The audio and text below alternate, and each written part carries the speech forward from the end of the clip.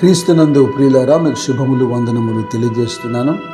అనుదిన ధ్యానమునకు స్వాగతం. సంఖ్యాకాండం 20వ అధ్యాయం ఈ దిన మన ధ్యానాంశంగా ఉంది. ఈ అధ్యాయంలో కాదేశులో జరిగిన ఒక పొరపాటు, మీరు టైటిల్ కూడా చూసి ఉంటారు. చాలా జాగ్రత్తగా ఒక ఆత్మీయ పాఠాన్ని మనం ఇక్కడ నేర్చుకోవాలి. కాదేశులో జరిగిన ఒక పొరపాటు. ఇజ్రాయేలు కాదేశులో ఉన్నప్పుడు మిరియాము చనిపోయి పాతిపెట్టబడింది. అక్కడే ప్రజలు తిరిగి మోషే అహరోనుల మీద వ్యతిరేకమై వారు సనగడం ప్రారంభించారు.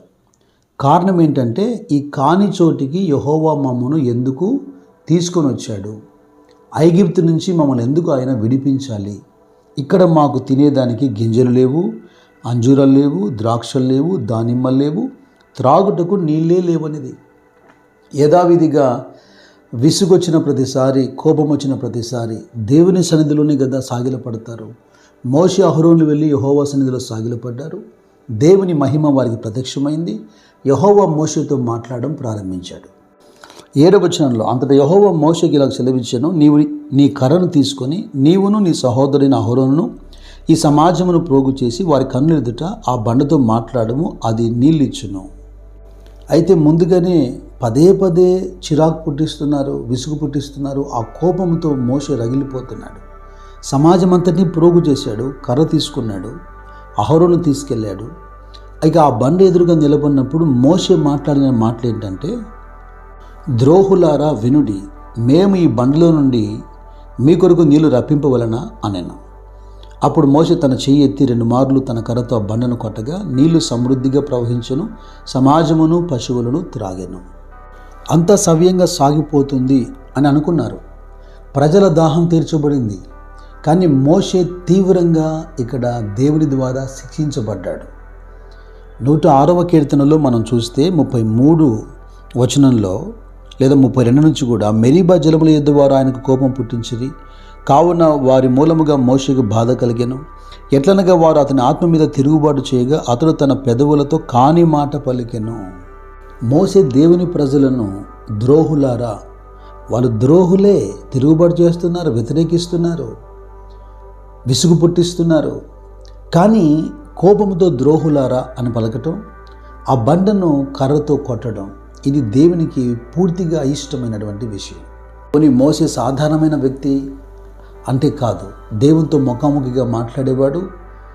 ఆ లక్షల మందిని నాయకునిగా వాగ్దాత దేశానికి నడిపిస్తున్నటువంటి వాడు. అయినప్పటికీ దేవుని పరిశుద్ధత, నీతి, న్యాయములు ఎంత గొప్పవో మనకు తెలిసేందుకే, మనకు భయం కలిగేందుకే ఇవి రాయబడ్డాయి. గతంలో ఎప్పుడు మోషే ఇలా ప్రవర్తించలేదు. కానీ ఆయనే అంటాడు, మీరు చేసే ఆ విసుగు పుట్టించడం ద్వారా మిమ్మను బట్టి యెహోవా నా మీద కోపగించుకున్నాడు అంటాడు మోషే. ద్వితీయోపదేశకాండంలో 3వ అధ్యాయంలో మోషే ప్రార్థన చేస్తున్నాడు, ఈ నది దాటి నేను అవతలికి వెళ్ళి ఈ మంచి దేశమును, ఈ మన్యమును, ఈ యొక్క లెబానోను చూచినట్లు దయచేయమని యెహోవాను బ్రతిమిలాడు కనుక యెహోవా మిమ్మను బట్టి నా మీద కోపపడి నా మనవి వినకపోయాను. మరి యెహోవా నాతో ఇట్లా, నేను చాలును, ఇకను ఈ సంగతిని గురించి నాతో మాట్లాడవద్దు. నీవు ఈ యోర్దానును దాటకూడదని, కానీ నీవు పిస్గా కొండ ఎక్కి కనులెత్తి పడమటి వైపును, ఉత్తర వైపును, దక్షిణ వైపును, తూర్పు వైపును తేరి చూడుము. యెహోషువకు ఆజ్ఞ ఇచ్చి అతని ధైర్యపరిచి దృఢపరచుము. అతడు ఈ ప్రజలను వెంట పెట్టుకొని నది దాటి నీవు చూడబోవు దేశమును వాటిని స్వాధీనపరచుకొని చేయును. ఎంత మనసు కష్టమైన విషయం ఆలోచన చేయండి. 40 సంవత్సరాలుగా ప్రజల ఆ కష్టములు, సుఖములు, వారి ఇబ్బందులు, వారి సనుగులు అన్నీ భరిస్తూ ఒక తండ్రిగా రొమ్మును మోసినట్టుగా ప్రజలకు సేవ చేస్తూ వచ్చాడే. ఇప్పుడు దేవుడు కనానుకు, మోషేకు అనుమతి ఇవ్వడం లేదు. మీరెవరు కూడా వీడియోను స్కిప్ చేయకుండా జాగ్రత్తగా వినండి. చాలా అద్భుతకరమైన ఒక విషయాన్ని నేను ముగింపులో మీకు చెబుతాను. ఎంత సులువుగా, ఎంత తెలివిగా ఈ శత్రువు అయిన సాతాను దేవుని దగ్గర నుండి మనల్ని దూరం చేస్తాడో మనం గుర్తుపట్టాలి. ఇక్కడ మోషేను విసిగించి, కోపం పుట్టించి ఒక కాని మాట మాట్లాడించాడు. అందుకు ప్రజలు కారణం. ఆయా సందర్భాల్లో మనం కూడా విసుగుతో, కోపముతో దేవుని చిత్తానికి వ్యతిరేకంగా చేసేటువంటి ప్రయత్నాలు మనుషుల ద్వారా అపవాది చేయిస్తాడు. అందుకే నేను ఎప్పుడు చెబుతాను, మాట్లాడినటువంటి మాట అది భూమిపైన పోయబడేటువంటి నీళ్ళతో సమానం. అంటే తిరిగి మనం దాన్ని గ్యాదర్ చేయలేం. అలాగే కొన్ని పొరపాట్లు సరిచేయలేని పొరపాట్లు ఉంటాయి, జాగ్రత్త. ప్రజలు తిరగబడిన దగ్గరికి వెళ్ళింది, కానీ మోషేతో దేవుడు ఏమంటున్నాడు? అప్పుడు యెహోవా మోషే అహరోనులతో, మీరు ఇజ్రాయేళ్ల కన్నులెదుట నా పరిశుద్ధతను సన్మానించినట్లు నన్ను నమ్మకపోతిరి గనుక.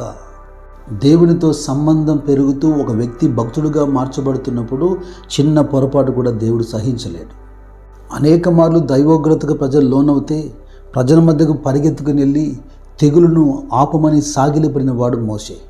కానీ ఈ సందర్భంలో మోషేకే అనుమతి లేకుండా పోయింది. ప్రాముఖ్యమైనటువంటి కారణం ఏంటంటే, ఒకటి ఆ కాని మాట పలకటం, రెండవది మోషే కర్రతో బండను కొట్టడం.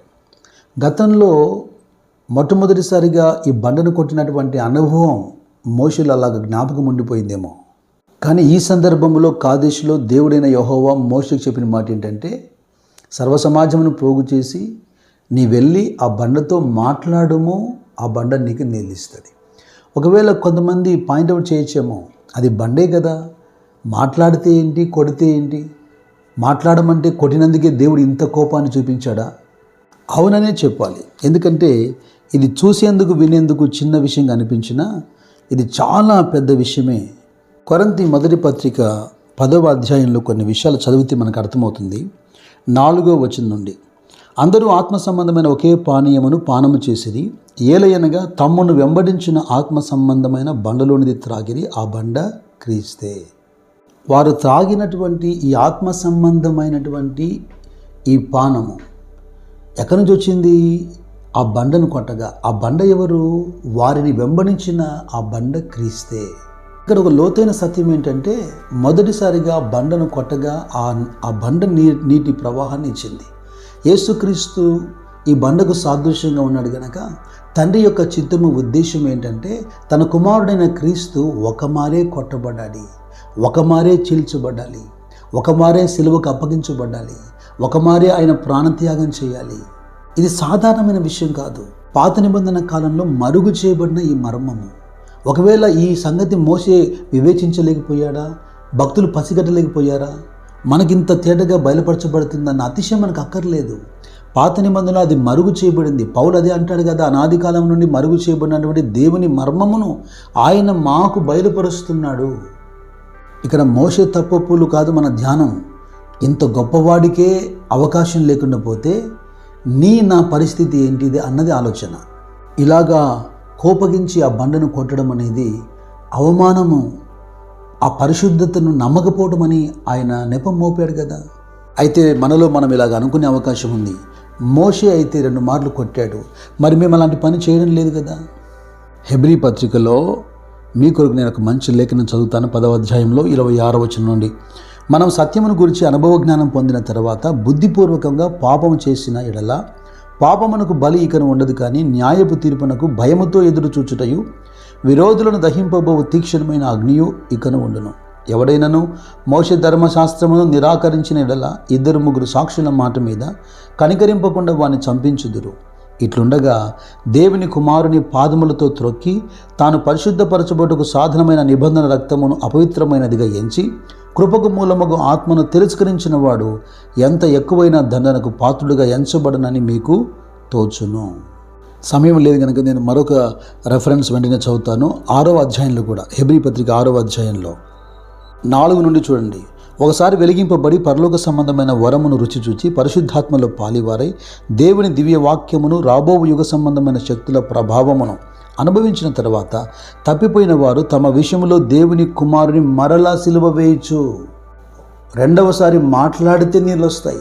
ఒకసారి కొట్టబడ్డాడు, మొత్తబడ్డాడు, శిక్షించబడ్డాడు, జీవజలపు ఊటగా మారాడు. ఇప్పుడు ఆయనతో మాట్లాడితే చాలు. తిరిగి కొట్టడం అనేది దేవుని అవమానించినట్టే. మరి మనమేం చేస్తున్నాం? ఈ అనుభవం గుండా ప్రజలు ఎలా వెళ్తున్నారు? ఇదిగో లేఖనం అంటుంది, తిరిగి సిలువ వేయచ్చు, బాహాటముగా ఆయనను అవమానపరచుచున్నారు గనక మారు మనసు పొందినట్లు అట్టి వారిని మరలా నూతనపరచుట అసాధ్యము. ప్రభువును వెంబడించే విషయంలో, వాక్యానుసారంగా జీవించే విషయంలో తప్పిపోయిన ప్రతిసారి బాహాటముగా మళ్ళీ మళ్ళీ క్రీస్తును కొడుతున్నట్టే. ఆయన పరిశుద్ధ రక్తాన్ని లేదా ప్రభువును కాళ్ళతో తొక్కి పరిశుద్ధ రక్తాన్ని అవమానపరుస్తున్నట్టే, ఆత్మను ఎదిరిస్తున్నట్టే. ఇటివారి నూతనపరచుట కష్టం అంటుంది లేఖనం. పేతురు కూడా తన పత్రికలు అంటాడు, వారి కడపడి స్థితి మొదటి స్థితి కంటే మరి చెడ్డదవుతుందని. ఇదివరకే ఈ లేఖనము మన యుద్ధకు వచ్చేసరికి, ఈ యొక్క మాటలు మనం వినేసరికి ఎన్ని మార్లు క్రీస్తుని మనం అవమానపరిచామో, ఇకనైనా పశ్చాత్తపడి మారు మనసు పొంది భవిష్యత్తులో పాపము చేయకుండా ఉండేందుకు భయముందుదుము గాక. దైవజనుడు అయిన మోషేకైతే తిరిగి ఆయన కొత్త నిబంధనలో కనానుకు వెళ్ళే అవకాశం ఇచ్చాడు. రూపాంతర కొండ మీద యేసుతో పాటు మనం మోషేని చూస్తాం. పరలోక కనాను మనకు వాగ్దానం చేయబడింది. ఎక్కడ తప్పిపోతామో అని భయంతో మనం నడవాలి. సులువుగా చిక్కులో పెట్టే పాపమును గుర్తించే జ్ఞాన వివేకము దేవుడు మీకు దయచేయును గాక. దేవుని రాజ్యంలో మీకు సమృద్ధి ప్రవేశము కలుగును గాక. God bless you. God bless you.